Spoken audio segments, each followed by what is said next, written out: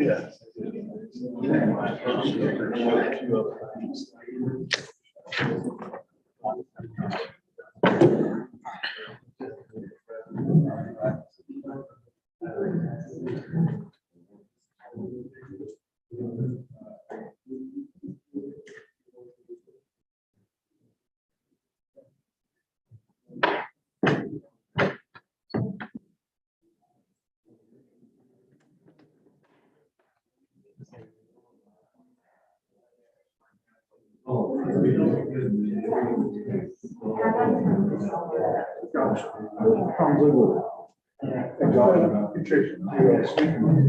So come out here, any fun facts?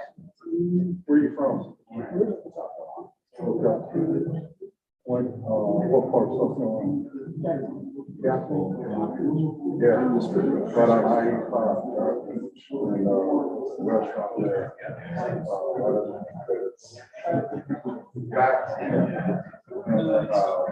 Monday to Charlotte, East Charlotte.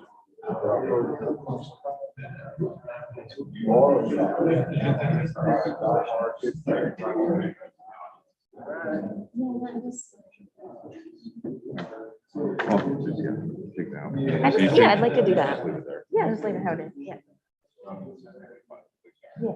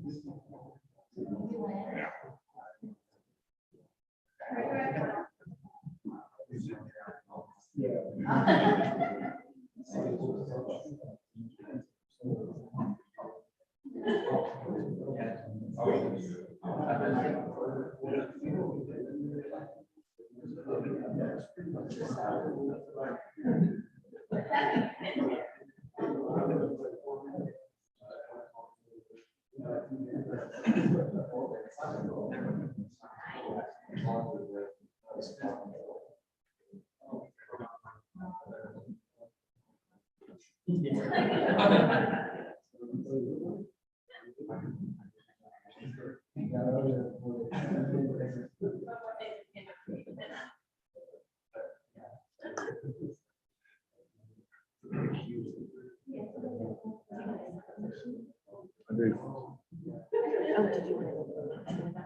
What's up? That'd be great. You do whatever you want to do. In charge.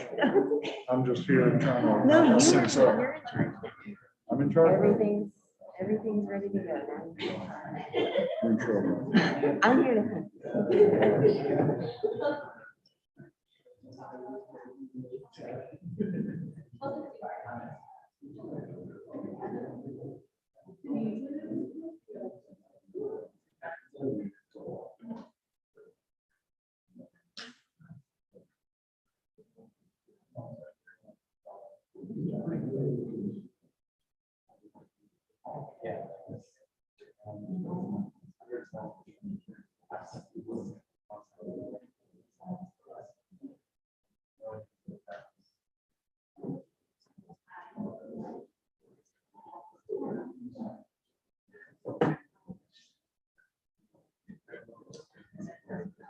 Good morning, Mr. Ziegler. Good morning, Mr. P.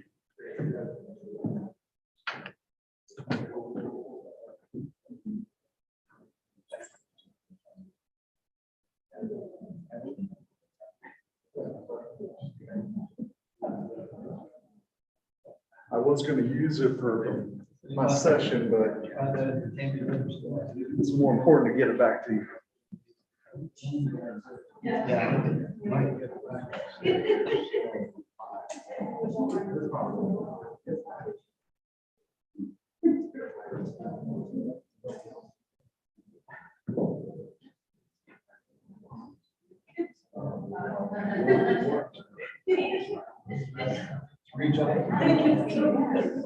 Hey Chuck, what do you think? Start off with a recap of Good Morning Vietnam or Good Morning Columbus?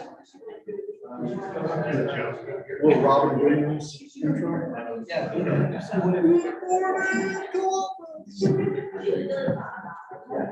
Wait, the mic is hot.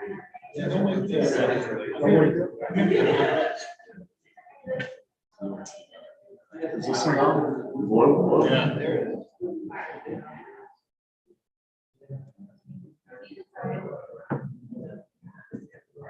We got one more minute.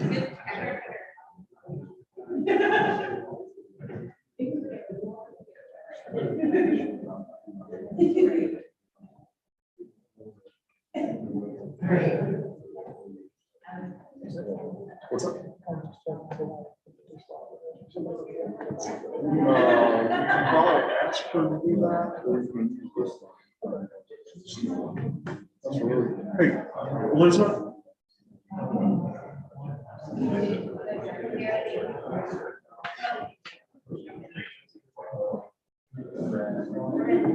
All right, let's go ahead and get started. It's 8:45.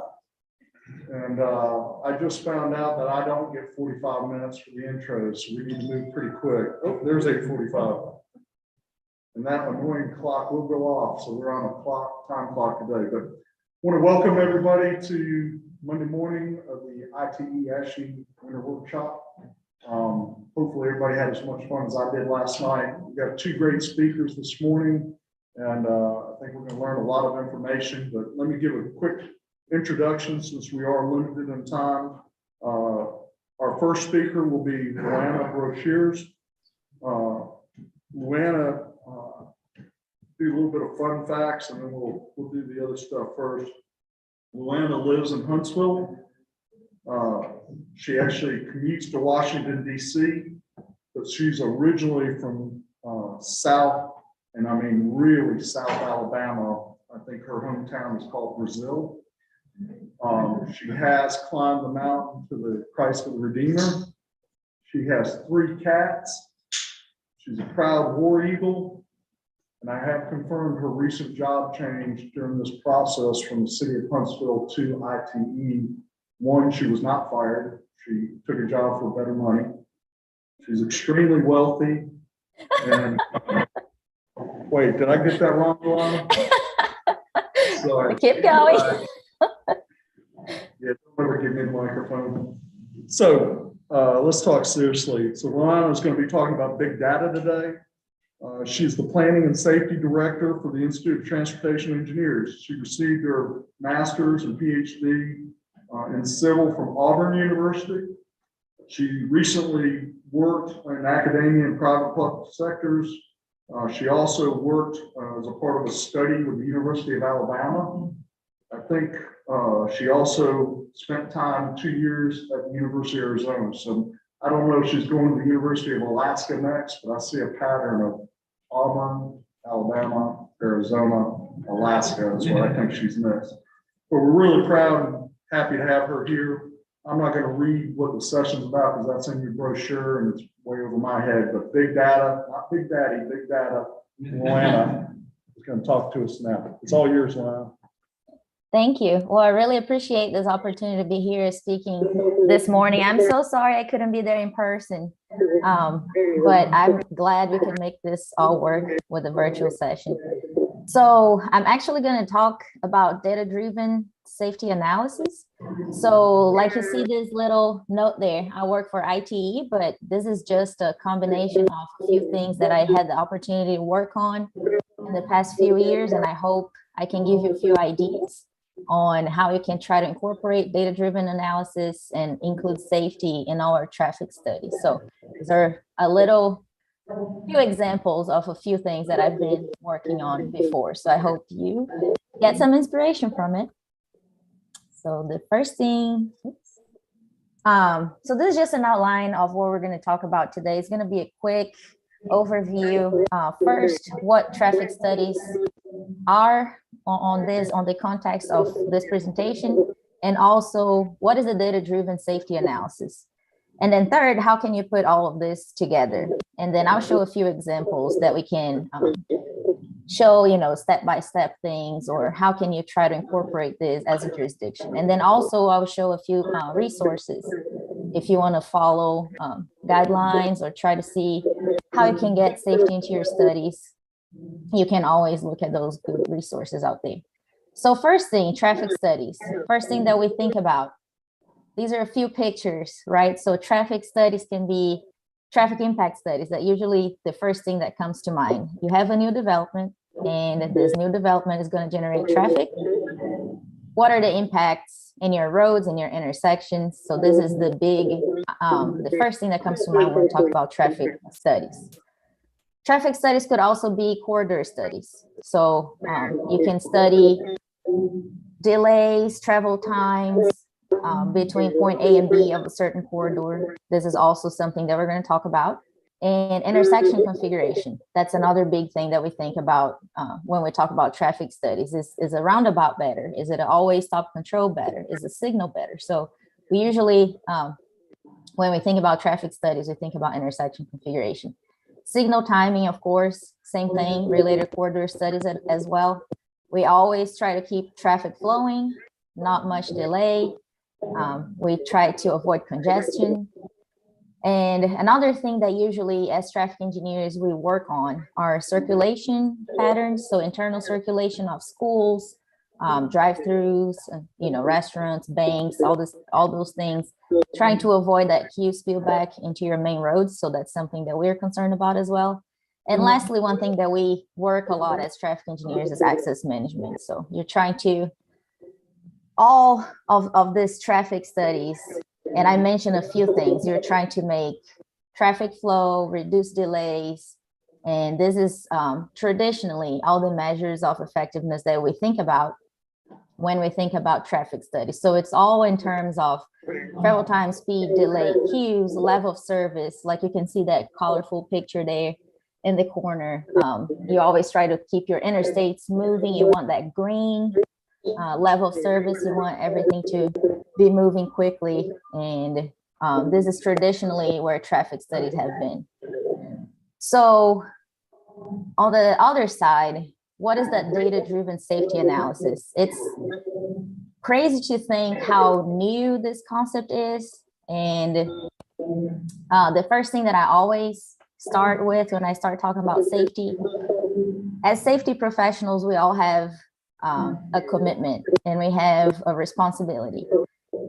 There's something we can do to make sure crashes are either avoided or that the effects of it, the injuries of it are minimized. And so every time somebody says there are 10 accidents at this road segment, it's not really an accident. Accident is something that just happens. But that's why we're here. We're here because we can either try to make those crashes not happen at all, or if they happen, there's something that engineers can do to minimize the effects.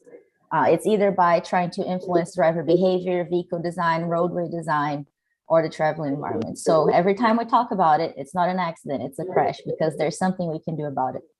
And like I mentioned before, Highway Safety Manual, that's actually the year that I moved to the United States. That's the year the first edition of the Highway Safety Manual was published. And that's when I fell in love with all this data-driven analysis and how we can actually anticipate safety conditions of facilities based on statistical models. So that's all magic. It's great. So from 2010, which is also the year that Auburn University won a national championship. So it's a lot of good things happening that year. Why was the Highway Safety Manual a big change on the data-driven safety analysis? So before, all the manuals that we look, the way they consider safety was very nominal. So it's basically, there is this standard here, there is this number. Does that reach this number? Then yes, is a good safety condition. Does that not reach? Then no, it's not a good safety condition. So this one actually shows it a little better. The orange curve is what the Highway Safety Manual brings to the table. So basically you can quantify safety as this continuous curve versus just a yes or no answer. So it's not, if you have, this certain geometry in your road, it meets safety or it doesn't meet safety. So it depends on traffic volumes and roadway characteristics. It's something that for different facilities and different conditions, you can actually quantify what that safety is. And so the highway safety manual brought this entire process, all those steps on how you can try to identify where, what are the high risk areas. And then after you identify what the high risk areas are for crashes, what are the issues at those specific locations? And then when you know the issues, what are the countermeasures that can be implemented? And then you have a few options of countermeasures that you can implement. So you have to do a benefit cost analysis and see which one is going to be also economic, the best economic option for you. And then you prioritize your projects. After you pick what you're going to do, what countermeasure you're going to use, you do the safety effectiveness evaluation of that. Did that work? Did I improve safety? Great. Then you do the process all over again. So it's a cycle. So you start again after you improve a few sites, you evaluate again where your high risk areas are, and then you start all over again that process. This is an example of network screening. So there's several measures of effectiveness that you can use to try to identify what our high risk locations are. This is an example. It's used by a lot of states. This is a screenshot of Safety Analyst. So it's a way of screening your entire state, for example. And you see for the state and this specific facility type, what is the average crashes based on traffic volume? So that's kind of what this red curve is showing there. So you can estimate, you can create this curve based on traffic volumes, in this example. And then you can see, okay, if you have this certain ADT, this is the number of crashes that this facility will expect. So when you're doing the evaluation of all facilities in your state, depending on the number of crashes you actually have compared to the average, is this a location that has a high potential for improvements, or that's a location that doesn't have much potential because it's experienced way fewer crashes compared to the average? So this is a really good way to try to identify high risk locations based on specific conditions of your region versus this first measures of effectiveness that were performance measures that we're looking here, average crash frequency, for example. If you just look at number of crashes, there's a lot of bias involved with that. Not necessarily means that that should be the priority area. So there are different methodologies. Level of service of safety is definitely the one that has been used the most, especially when, well, assuming you have all the information, right? Because the less biased your performance measure is, that means you have to have more data to put together there. And if you can even add some empirical based adjustments, which is more advanced statistical methodologies, and you can mix actual data with statistical models and put all together. And then that tries to tell your specific city or state or region what this curve is. So if you can get that curve, that's going to be great for you to try to identify what your locations are. But sometimes all you have is crash frequency, and that's fine. As long as you have a way to try to identify your high crash locations is great. This is an example for Pima County, for example. All the intersections, they have the level of service of safety to identify what are the highest risk locations and locations for highest potential of improvement in safety conditions. So after you know what those red areas are, how can you try to improve something? The first thing you have to do is understand what's happening there. So the second step of the data-driven safety analysis is the diagnosis. So you can do that just with summary tables or charts, or you can have more detailed collision diagrams like this one here. So this is going to help you understand what direction crashes are happening the most, what crash type, where the severe crash is happening. So this is going to help you understand the pattern that needs to be improved at that location. So first of all, you know it's a high crash location. Second, you know what's happening there. And then after you understand what's happening there, you can try to implement countermeasures. So this is an example. Let's say you have a rural road segment, and your problem there, the highest fatalities happen when vehicles run off the road. So you already know the locations that need improvement. You know run off road crashes are the issue. What are the countermeasures? This example here shows paved shoulders with shoulder rumble strips and stripes. So this is one way that you can try to improve safety conditions at that location. And there's so many resources out there. This is NCHRP Report 500, for example. There are the countermeasures that work publications. If you know what the problems are and you need some ideas of what could be good countermeasures, those are out there too. And of course, the crash modification factors clearinghouse, I'm going to show a screenshot of that later on. But so there are a lot of things out there that you can use to try to improve it. And another thing is you can actually put a monetary value to crashes. And this one is a Federal Highway latest publication on crash costs. So basically per severity level. So K is a fatal crash, A, incapacitating injury crash, B, non-incapacitating injury crash, C is a possible injury crash, and O is a property damage only crash. So depending on the severity of your crash, you can associate dollar values to it. If you're interested on how this is estimated, it's actually really cool. I definitely recommend reading about comprehensive crash cost units, so you can figure out how they come together to put a value of a life on a crash. But so basically, following the highway safety manual steps. So number one, you know, high crash locations, you know what's happening at this high crash location. You picked your countermeasure, and there are a few options, right? So you can add the monetary value to it to try to find a benefit cost analysis. And with that, you can try to prioritize your alternatives. Another thing that is really done for project prioritization is and that's the important thing when it's a data-driven safety analysis. You have to make sure you have a strong methodology. So this is one example of a project in Arizona. So this was in Pima County. We were trying to figure out what would be the best locations for pedestrian hybrid beacons or hawk signals. So trying to improve pedestrian safety, right? The problem is after we put together all the areas that were good candidates for it, we had almost 90 locations.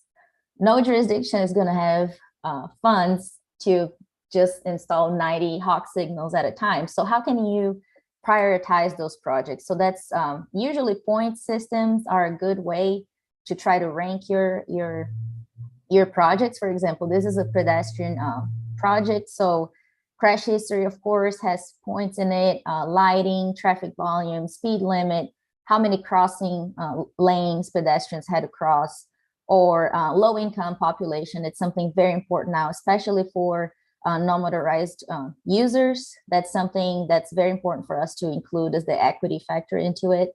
Or it's close to schools. Is it a pedestrian bike route or other things? So this gives you an idea of all the 90 locations. Where do you start? And based on your resources, you can pick a few locations each year or a few years and go from there.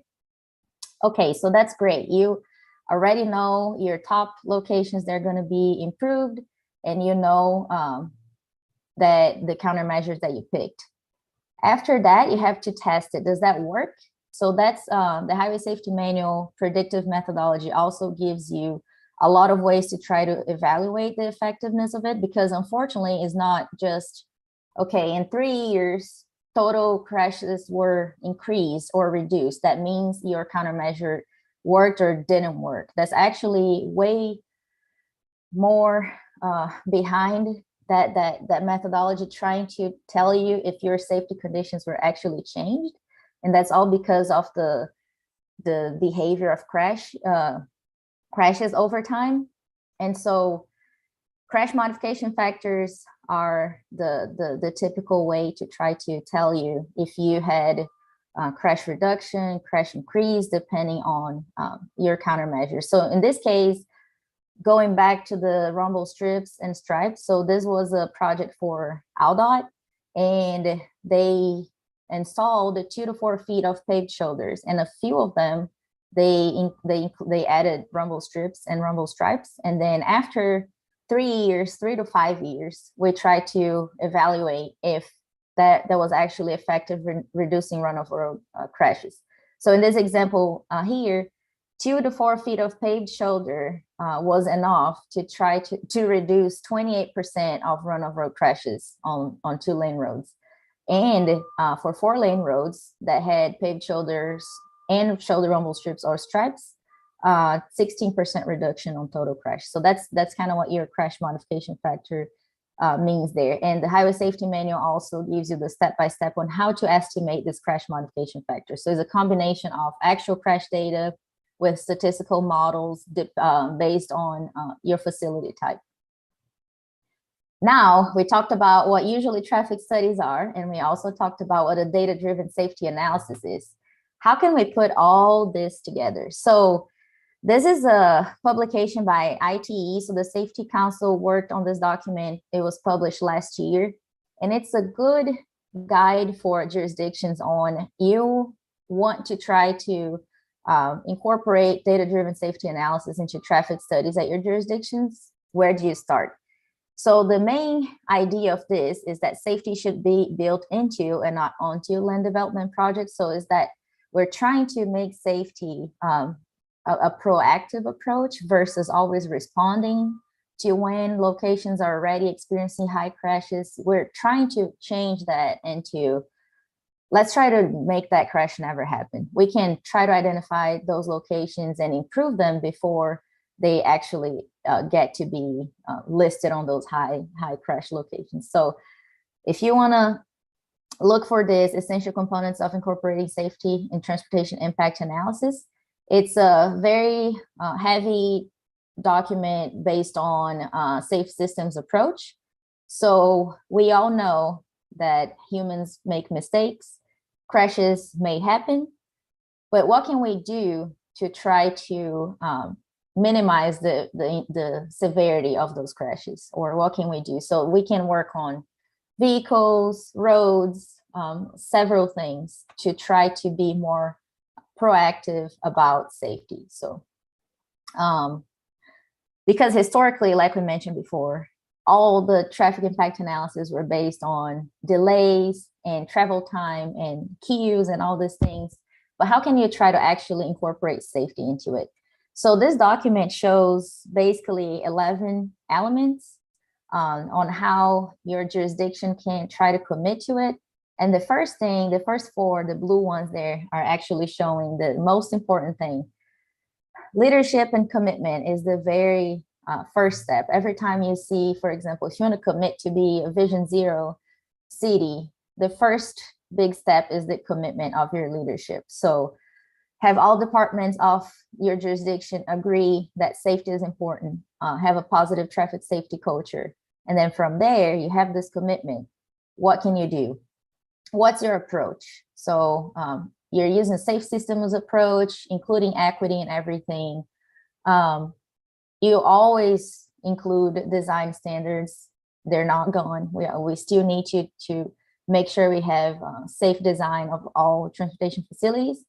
And then most important of all this too is have a consistent methodology. So you have the commitment, you have your approach. What are the methods that you're going to incorporate into your traffic impact analysis? So this is just an example of, depending on how much information your jurisdiction has, what type of analysis you can try to incorporate into your project.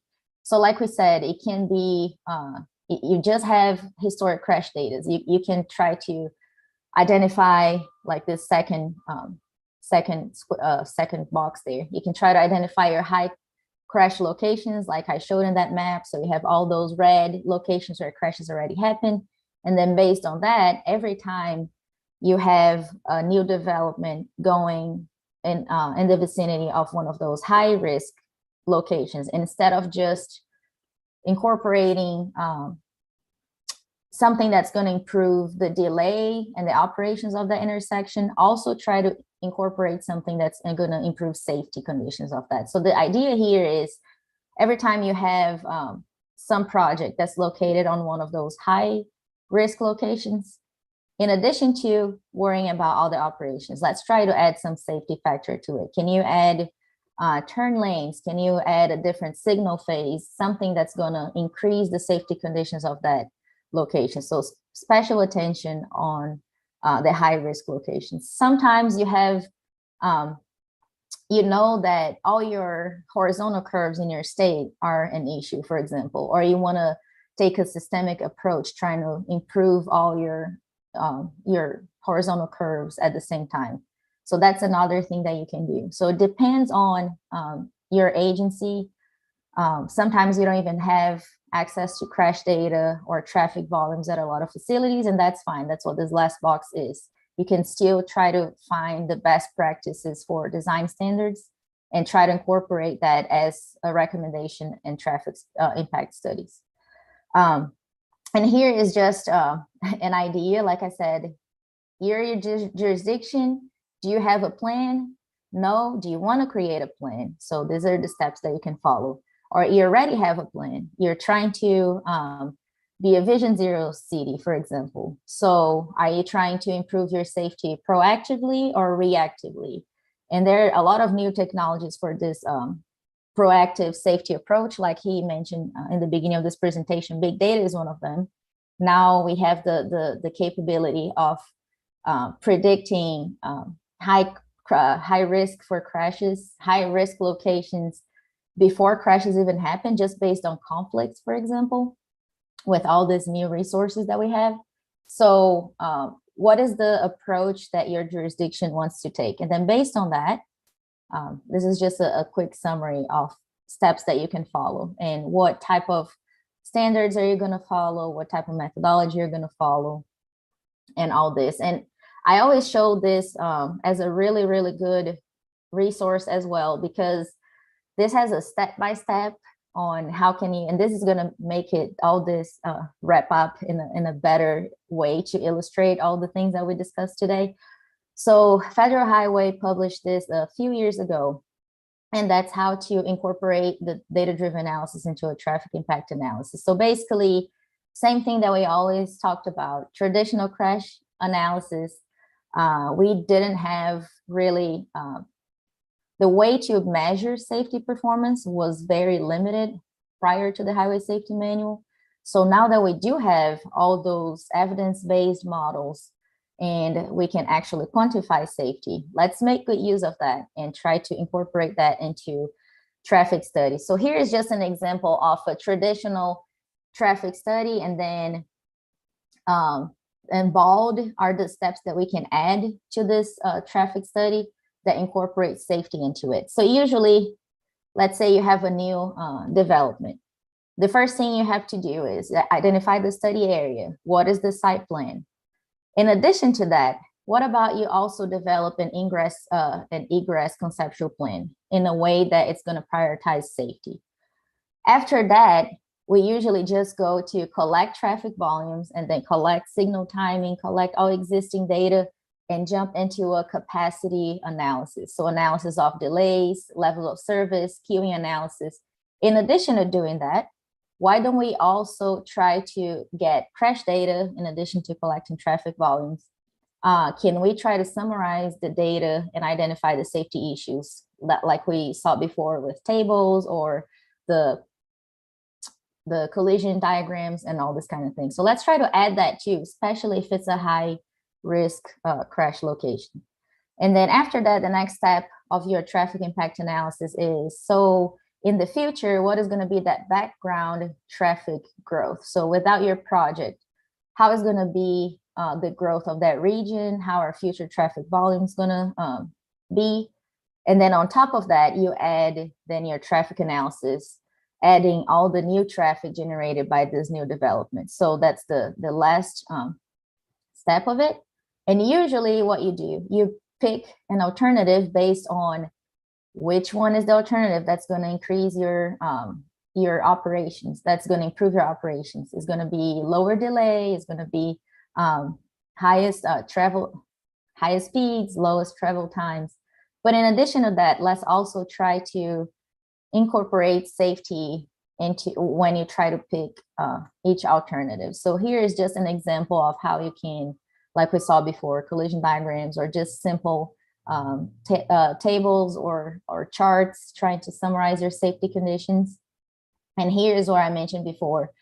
If you try to have an idea of what can what is the safety effect of some conversion or some countermeasure. In this example, converting a stop control intersection into a single lane roundabout. There is a huge database from Federal Highway Administration, so it's the Crash Modification Factor Clearinghouse.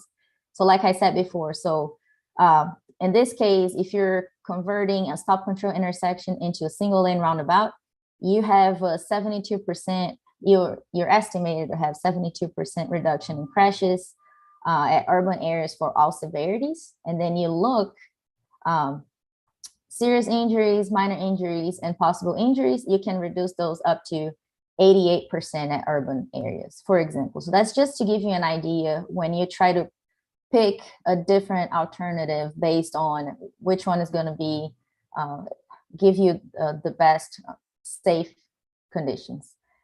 So to finalize this, let's just talk about an example, and that's just going to wrap everything up and all we talked about, and it's just going to be a step-by-step thing. So let's take the Federal Highway Guidelines. So this is from that manual that they just published.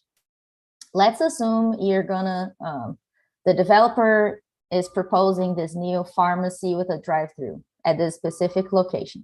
And so the first thing we do at a traffic study, you go to ITE trip generation manual, and then based on the size of your pharmacy, you can estimate how many crashes, how many trips it's gonna generate during the peak hour. And so after you know how many estimated trips this new pharmacy is going to generate, you can distribute it and assign it to your intersection. So based on those methodologies, you can see how many vehicles you're going to have turning left and right into this intersection after the pharmacy is in place. So now, instead of going from, I have the volumes, let's see what the traffic operations are going to look like. Let's see what the level of service is going to look like.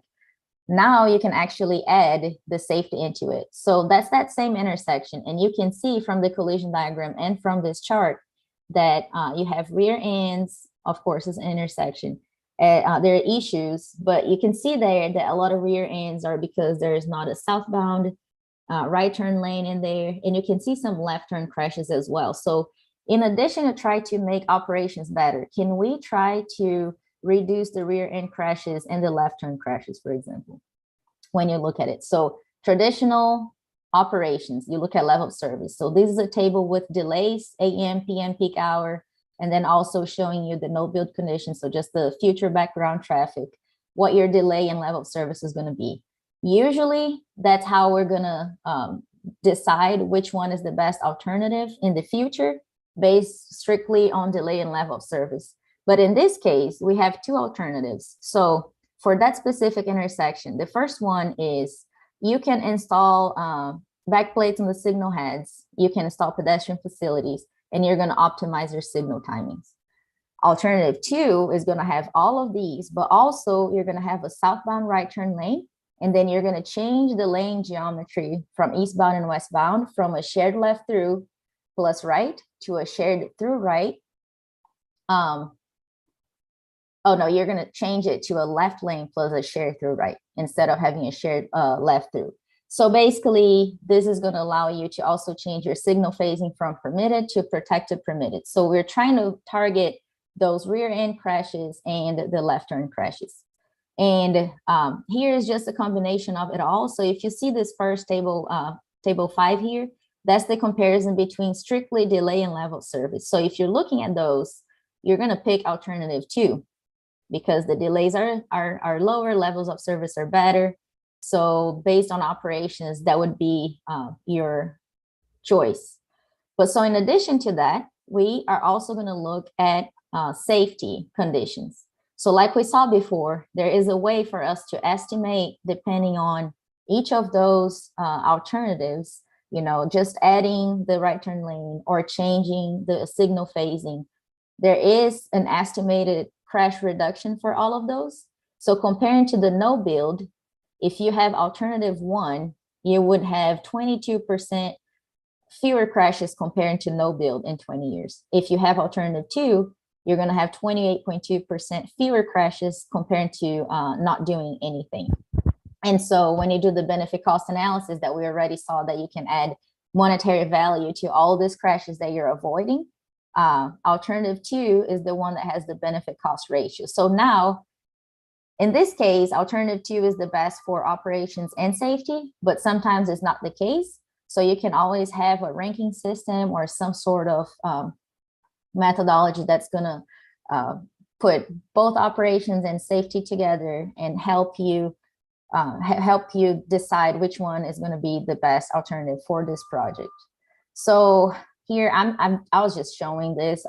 Louisiana DOT, they're actually very strong on safety analysis on their TIAs. Is one of their requirements if you go on their guidelines on how to do traffic impact studies. So if you have several crashes happening in your intersection, you have to describe all of them, and you have to do a very detailed evaluation on your intersection that's nearby a proposed development. So you have to have a collision diagram. They actually developed their own tool that gives you an overview of safety conditions. And then at the same time, it calculates that level of service of safety. So compared to statewide average crashes, how is your study intersection performing? So that they actually developed their own tool. And in the end, you can see they have issues with rear end collisions and other collisions. In this case, were pedestrian collisions. So you can focus on those and provide recommendations for that. Unfortunately, I have never worked on a local example at Georgia, but I know that you have your ICE tool. So when you have your intersection control evaluation and you try to find different alternatives, I know you incorporate safety in it. So number 2 says, does the alternative improve safety performance? So you definitely have that included in your evaluation for which is the best intersection configuration. And here you actually add to that spreadsheet some crash data by severity. And in the end, you see it gives you this final ICE, final ICE score. So basically you're getting scores for operations, but also and costs and everything. And safety is one of the criteria. So that's really, really important to incorporate safety into this. Last thing, corridor studies, they can also, it's not just traffic impact analysis. You can incorporate safety into your intersection control evaluation, into your corridor study. So in this case, it's in Tucson, Arizona. They had very high delays on this segment of road, and they could have just decided to widen the road and see what happened. But so they did that, they widened the road. And as you can see, whatever they added improvements, they had an increase in speeds and a reduction in travel time. So great, for operations, it worked fine. But in addition of just widening the road, they also changed the intersection. So they added indirect left turns into the main intersections. So that was safer for pedestrians, for bikes. And so not only it improved operations, they went this extra mile to try to also take advantage of that lane widening and add safer features to try and improve safety for all users. And as we mentioned before, this is us talking about this right now. Next year, when we're talking about proactive safety analysis, big data is the main thing that's coming to help safety practitioners. We're working right now on another technical brief. So ITE is going to publish in the next few months big data and safety technical brief. So stay tuned for that one. And like I said, it's just a big push for the proactive safety. Instead of having to gather historic traffic data and try to do crash data and try to do an analysis of high risk locations after crashes already happen, crashes are never even going to happen. We can just use big data to try to identify locations with hard braking or near misses. And before crashes even happen, you can try to improve conditions at those. And that's really going to change all this and hopefully going to get us closer to Vision Zero. So I know it was a lot of things. I'm sorry I'm a little over my time, but I hope you had at least you got a few ideas on how you can try to incorporate safety into your traffic studies. And if you're at jurisdiction, I hope you had a few ideas on resources and how to start. And if you need to contact me, if you have any questions, this is my email address. I am brand new at this job. I was working for City of Huntsville traffic engineer until a few weeks ago. But if you need to contact me, you know where to find me. And thank you again. I hope you have a great rest of your conference, and let me know if you have any questions.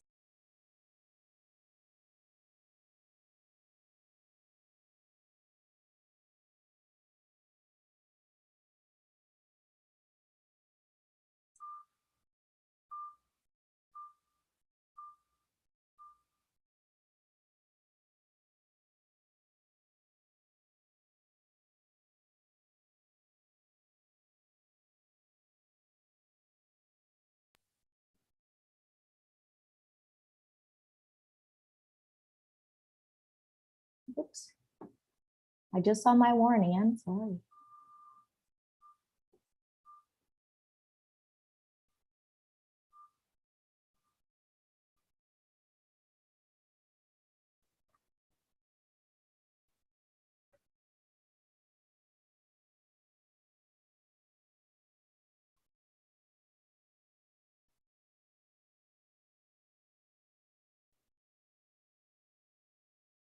Did I lose you?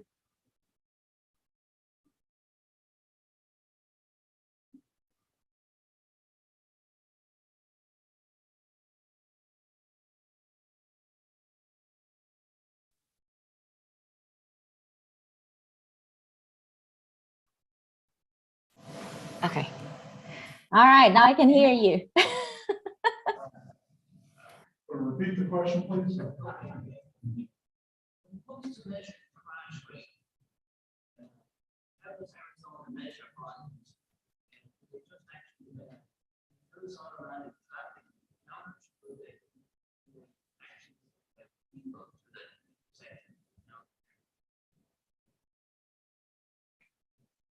Do they use counters in Arizona, or do they send out people?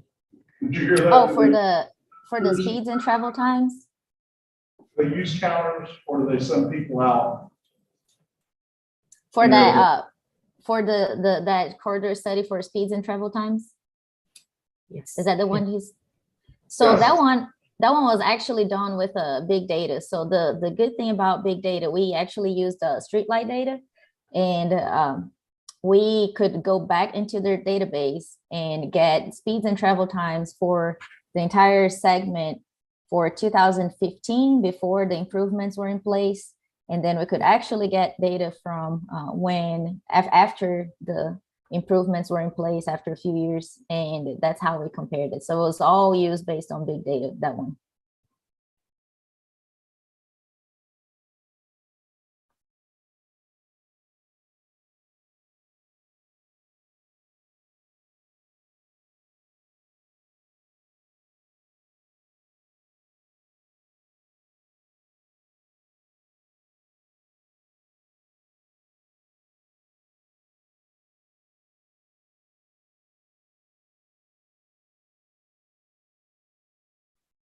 And I can't hear you anymore.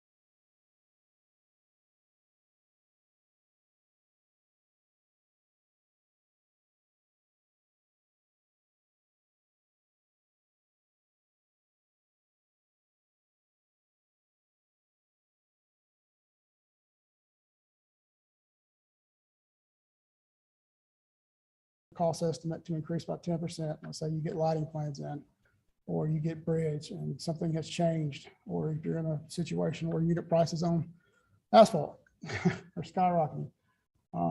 Those are impetus for going ahead and doing an update.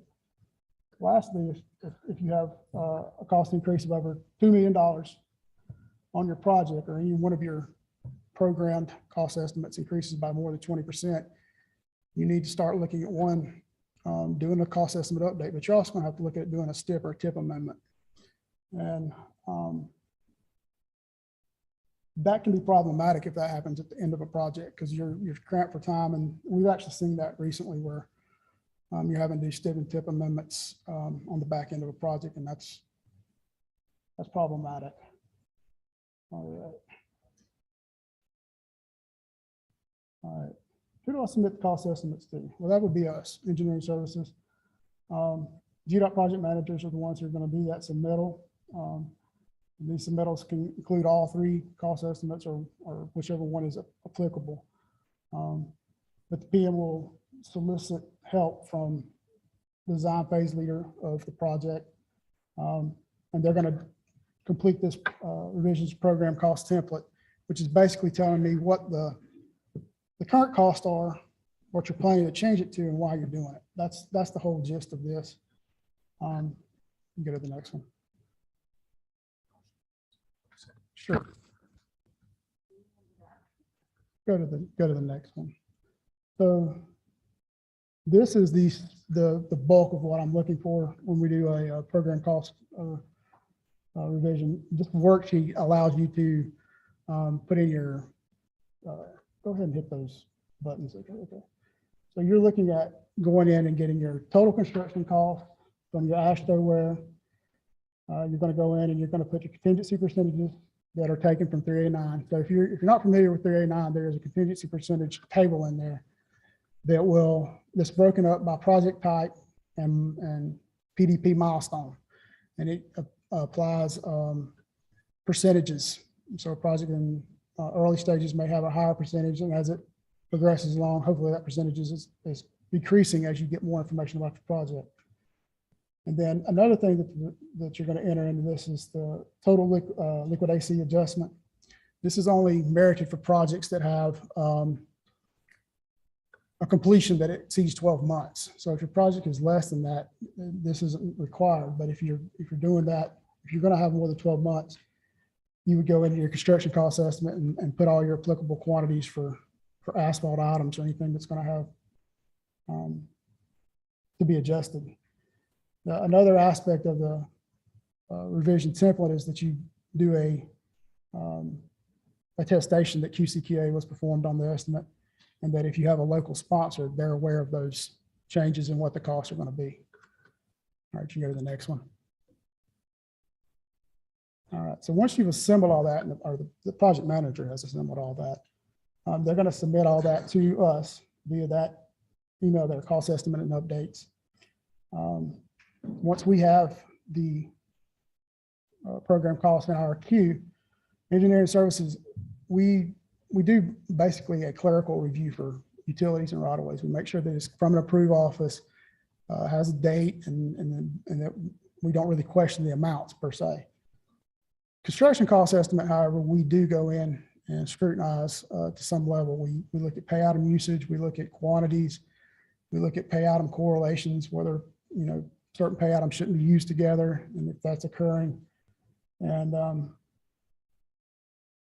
pending that review, we send that information back to the PM. You can go to the next one. And the PM will either, three scenarios will occur.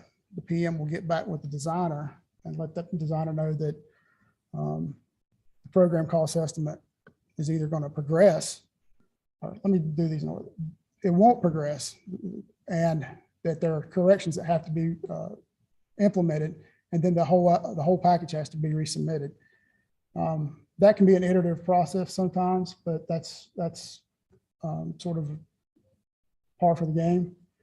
The second option that can happen is if we review the estimate and we feel like the number or the estimated cost is good, but there are minor errors in the estimate or in the pay items or quantities, what have you, we'll submit it back to PM, process it, and then ask the designer to make those changes prior to the next update.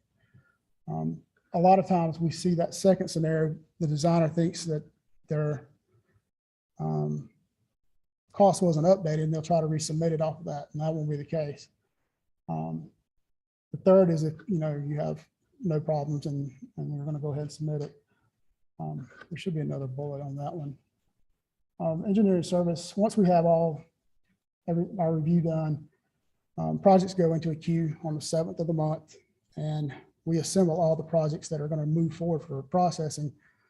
And we submit that spreadsheet to the chief engineer on the 15th of the month. And all those that are approved will then progress to financial management, who then updates our T-Pro with the new program cost.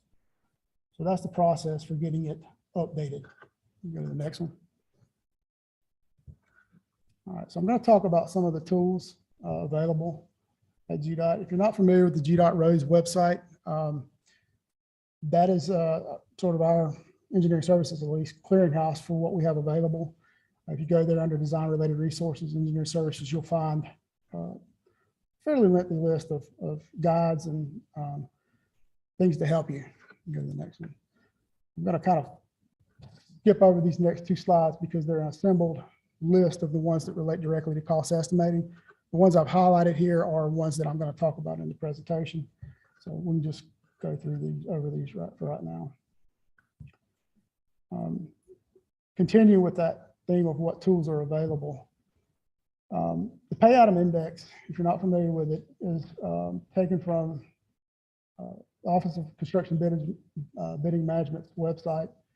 It's basically a list of all applicable pay items that are unique to a standard specification. So if you go into that document, you can progress to the next slide. Go into that document, you select a standard specification year, you're going to get a list of all current pay items. Things that you should pay attention to is that you're using the current year. You should also look at when you're looking for a pay item, you can see in that third column there, it has require special provision. A lot of times we see pay items used that don't have the necessary special provisions provided with them. So pay attention to that when you're in the pay item index. If it requires special provision, you go through the due diligence to get that. Having said that, we also know that the pay item index has numerous pay items that are now covered by the standard spec and don't require special provision. So if you ever have a question about that, you can contact us and we will find out and clarify all that for you. That's a project that we have down the road to clean that up. All right. Something else you'll want to look at when you're looking at the pay item index is when you select a pay item, be aware of whether that pay item requires supplemental information, whether that information is vital to how that specific pay item gets priced. It has to do with, various things, size, material, where it's located.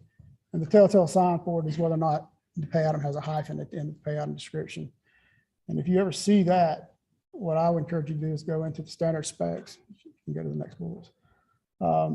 Standard specs or whatever special revision has been produced for that pay item, and it should tell you exactly what's needed in the supplemental description. So like if you had jack and bore pipe, a lot of people have the misconception that that is the pipe, the actual pipe, the conveyance pipe.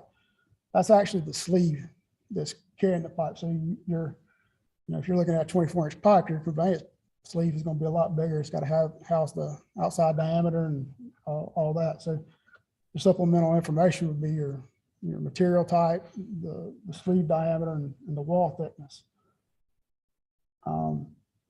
Something else I would caution you about with the pay item index will help you with is if you're ever in ashtray and you select this, it's like this pay item or any other pay item with supplemental information, it's going to prompt you to say that supplemental information is required. And it may populate a unit price, but I would not trust that unit price because ashtrayware doesn't have the ability to differentiate the pay item uses based off supplemental information. So it's going to take all those uses of that pay item and do a weighted average. So if you were looking at jack and bore for smaller pipes, and we have a lot of usage for higher bit or bigger pipes, your unit price is going to be skewed. So if you're ever in that situation, I would suggest contacting us, or if you have an estimating section, talk to them about it and get that unit price updated. My project requires a pay item that isn't in the pay item index. What I need to do to get that item created. So the pay item index, if you were in a situation where you had something that would probably be handled by the standard specs, but the pay item doesn't seem to exist, I would contact CBA and find out whether or not that pay item exists but is inactive. If that's the case, it may be as simple as CBA reactivating that pay item and for use. That happens a lot with utility relocation plans and things like that. I think the example there is the section 611. If you find out from CBA that that pay item doesn't exist, but you think that it needs to be created, contact us, engineering services, and we can tell you who in our department, what office, whether it be OMAT, construction, traffic ops, whoever it is, who owns that portion of the spec, and we can get you in touch with them to either create a special provision for that pay item. And then that special provision needs to be progressed to CBA to create the pay item. We don't, in engineering services, we don't create pay items. I think that's a misconception that a lot of folks have, but that's not the case. If you're ever in a situation, in the second bullet here, if you ever have a situation where you have like a one-off item for your project that's needed, it's probably going to need a section 999 pay item. The need to draft a project specific special provision falls on the designer in that case, and the designer would have to approach CBA to get that pay item created. And that one is more so important that the special provision is provided, because in a lot of cases those things have to be researched by my estimators and stuff to be able to price them. Kind of following what we were just talking about, but optimally, if you're going to have to introduce pay items and special provisions, try to have all that completed by FFPR so that the FFPR team can actually look at it, and construction especially, to review those special provisions so that they understand how things are going to be paid for and what have you. And that any revisions that are needed to those special provisions occur before corrected FFPR.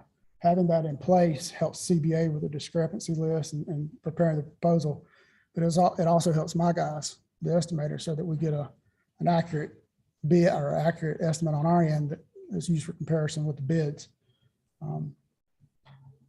That can be problematic in some cases. All right, so continue with tools that are available to us. The item mean summary is also available through CDA's website. This is basically a customizable list of pay items that can be honed to a standard specification year and a certain time frame. Go ahead and progress it.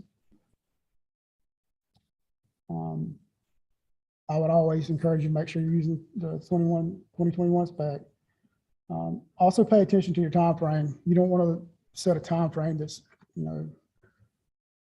covers a lot of span of time where you're going to pick up unit prices that are pretty much outdated. You don't want to skew your unit price that it's going to give you. I think there's a bullet in there. We generally recommend 6 months to 2 years as a good reference for using the item mean summary. Something else, like I just said with the item mean summary, is whatever data you get in it, don't just go and grab, either the weighted average or the mean. Look at the usage of that pay item. If you've got a 2-year span and the pay item's only been used a couple of times, you're probably not getting good data, especially if it's something that's got various sizes or whatnot. If you have those cases, then it's better to ask somebody or get advice from us. Another tool that you have available to you is tabulation of bids that are generated after a project letting. These are accessible through Bid Express under the Georgia lettings. You can go there and pull all the projects and see what contractors actually bid for known quantities in whatever parts of the state that the project is intended for.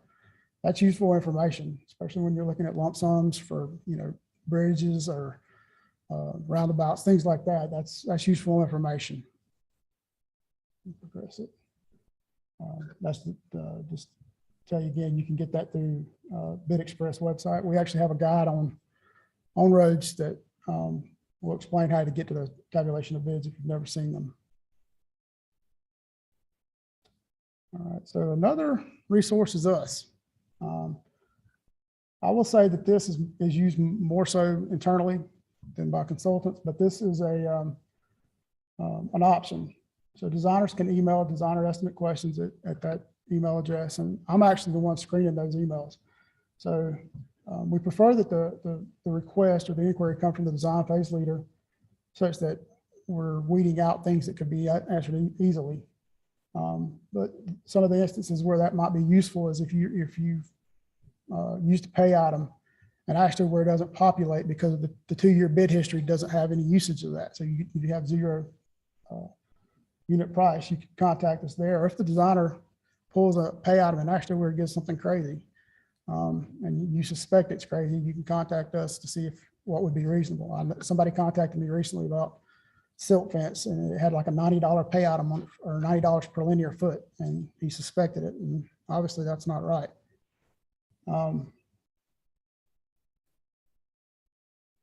You can also ask us to review what you've done for grading complete, clearing and grubbing, and traffic control. And we'll look at what you've done and what you've assembled to come up with whatever unit cost you have and tell you if we think it's reasonable or for what approach we would change with what you're doing. When a request like that is made, we ask that some legwork have occurred, whether it be you've looked at your earthwork volumes or, traffic control, what your detour lengths might be and things like that, and have a pretty good estimation of what you think it will be before you come to us. In any case, when you contact us via this email, I'm going to ask for information, as much information you can give us to give an accurate price. Layouts, section 13, detour plans, whatever. Google Earth KMZ files are extremely useful because that's what my estimators love to look at. This is something I'm going to hit on. It's not active yet, but Georgia Tech had a research project with a joint effort between engineering services and roadway design to develop a tool that will render grading complete and traffic control lump sum unit prices. It will not handle clearing and grubbing alone, but it will do, as long as it's got the earthwork component, it will handle those 2 things. It requires data entry that you'd pull from your concept report as well as your plans. What that second bullet is. It's not active yet. We actually started testing it about 2 weeks ago. Roadway Design's hoping that it will be active later this year, but we're going to test it and see what it does first before we release it to everyone. But it would be internally and externally available.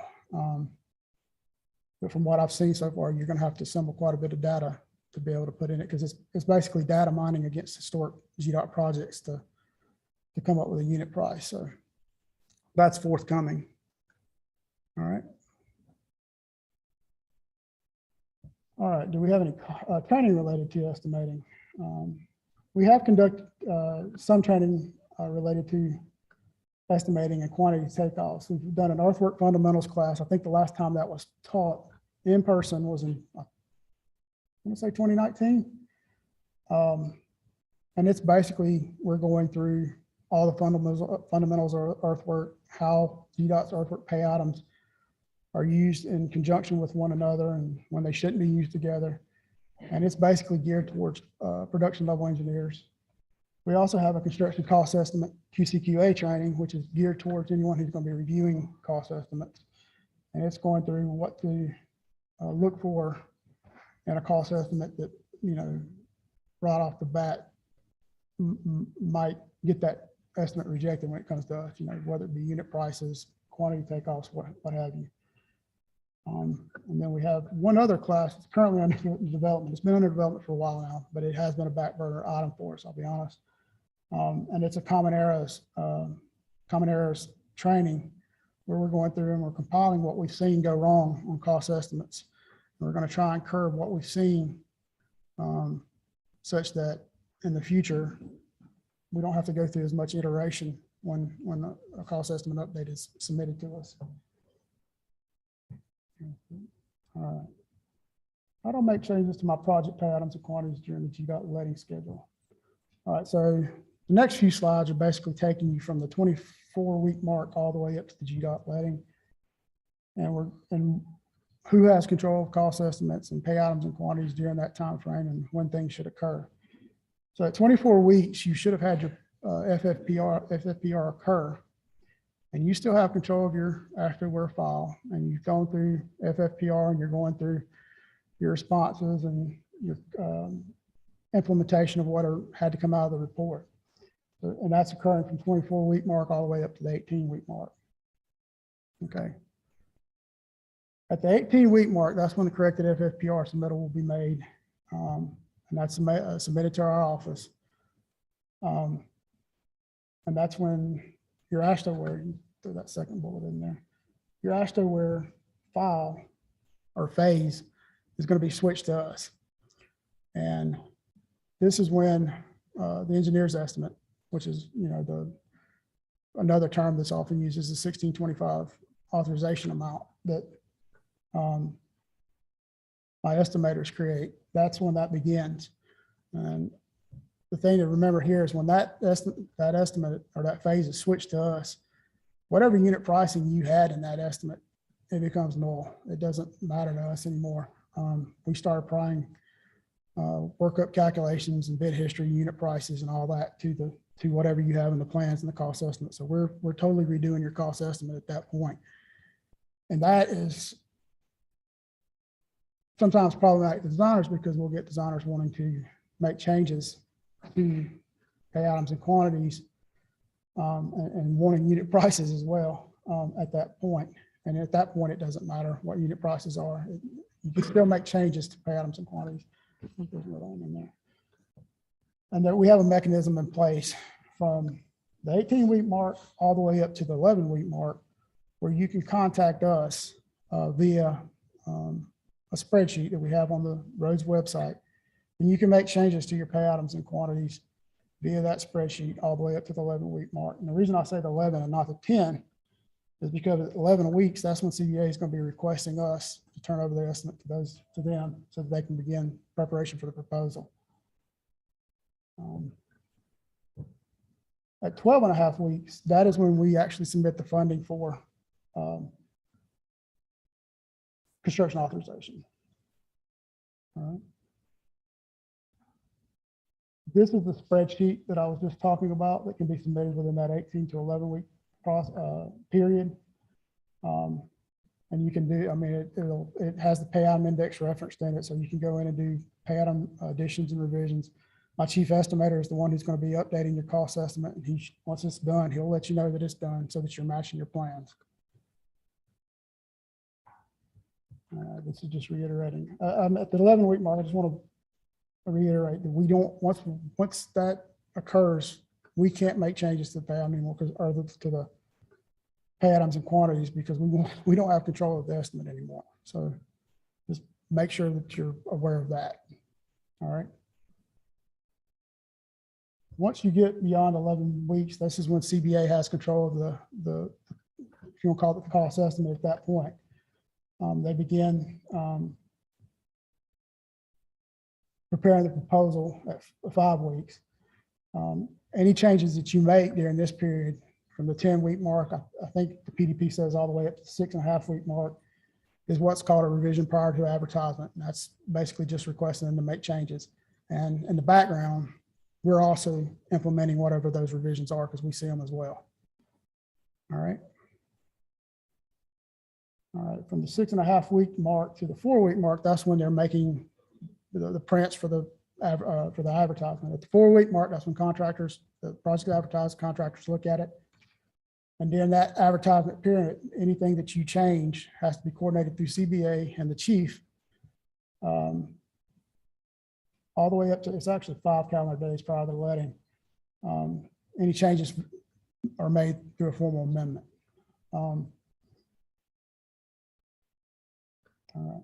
So once a project's advertised, something we encourage designers to do is go to Bid Express, and monitor your project while contractors are looking at it. Contractors are going to make RFIs on your plans and whatever they see. And it's important for designers to go out there and look and see what those questions are, because those can be impetus for amendments or just clarifying things for contractors. Sometimes those don't always get answered, and sometimes it has ramifications on how the contractors bid a project. So we encourage you to go out and look at that, those questions and answers that are on Bid Express. All right, so I'm going to run through these pretty quick. Pitfalls to avoiding cost estimating. That first bullet is basically follow your QCQA methods. Make sure that you don't have fat finger mistakes in your cost estimates. You know, you've got a blown up quantity or unit price, or a pay item that's obsolete, something like that. Pay attention to those things. Don't submit program cost estimate updates within 22 weeks. That's simply because at the 24-week mark, at the 22-week mark, you're approaching 18 weeks, and we're going to start the engineer's estimate. So anything that gets processed after that is going to be by us, not your dollars. Follow the quick reference guide that I referenced earlier. Make sure that your naming conventions for your cost estimates follow that. I know that seems like a stickler kind of thing, but it's got to do with how CBA generates the proposals. And make sure that you get the thing switched over to us as soon as possible.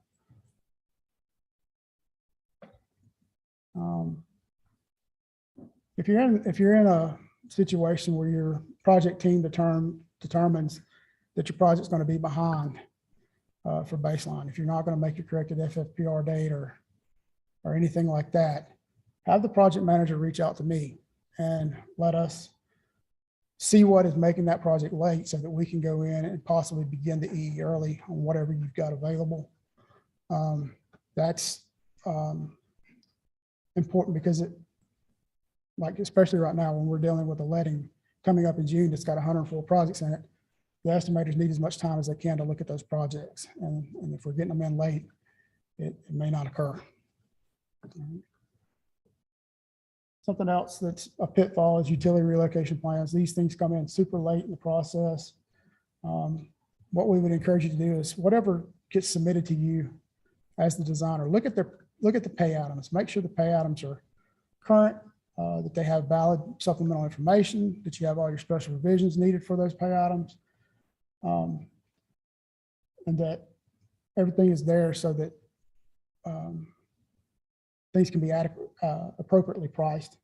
We see that happen a lot with sanitary sewers and water distribution pay items. Sometimes they're just like a made-up pay item or what have you. So we don't want to be in that situation, or outdated. All right. This is important too. Always make copies of whatever, when you switch phase of Ashtoware, always make a copy of that within Ashtoware. If your project ends up having to be shelved, or the schedule gets shifted for some reason, what have you, and you've already submitted that, and we've begun, submitted that project, and we've begun the EE, we can't turn it back to you for obvious reasons. The pricing that we're doing is confidential. And if you don't have that estimate saved, electronically at least, you're going to have to rebuild it from scratch. I don't like telling people that, but that's the fact of the matter. All right, so now I'm going to kind of wrap up with some quick trends in cost estimating. And this is based off, we recently did some research for upper management, basically covering the start of the pandemic, from March 2020 through, I think, the latter part of last year. We looked at all the lettings and things to assemble this data, but we have seen price volatility in that time range, especially in the last few months. We believe inflation, material cost, and the length of quotes for pricing that contractors get from subcontractors and what have you, as well as available later, are driving that volatility. Interestingly enough, we haven't seen our bidders go down as a result of anything. We've actually seen bidders that we've never seen before enter the state. District 5 has had, and if you monitor the lettings or anything like that, you'll see that we've had contractors that we've never dealt before down there. But we haven't seen a decline in bidders. So what I was speaking about earlier, from March 2020 to October 2021, we went back and analyzed the data that was requested of us. These are categories of pay items. So when you look at the items in this first column, that's inclusive of many pay items. We did a weighted average for all those usage and looked at the unit prices that we came back, and you can see that a lot of the things are related to structural steel or steel items. Sign supports, we had a 72% increase over that time frame. Strain poles, bar reinforcing steel, superstructure reinforcing steel, everything in between. We've seen increases in bridge beams, all that. Interestingly enough, for that time frame, we did see an increase in asphalt pricing for that time frame, but it wasn't as dramatic as other things. If we were to carry the last few months since October, I imagine that would be a little bit different because of current trends. And that's all I got. If you have any questions, let me know.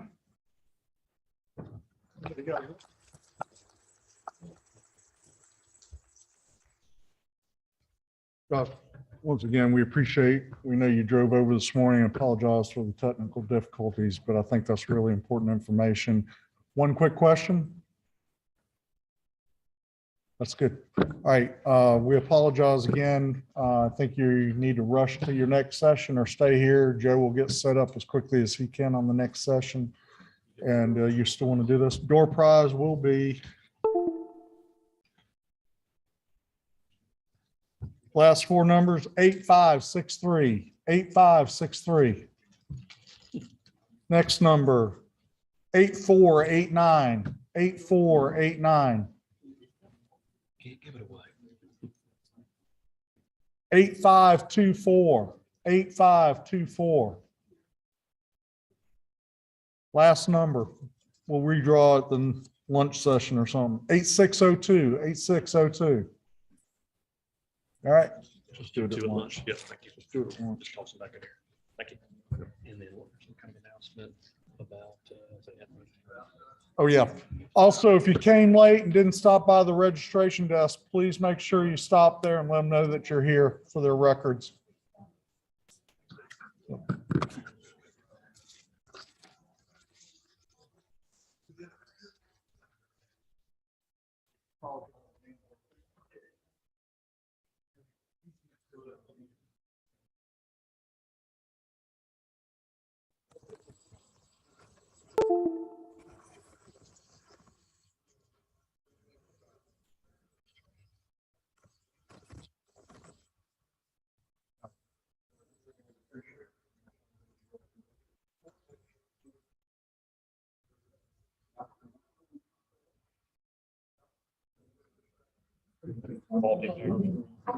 we have the other one that was good too.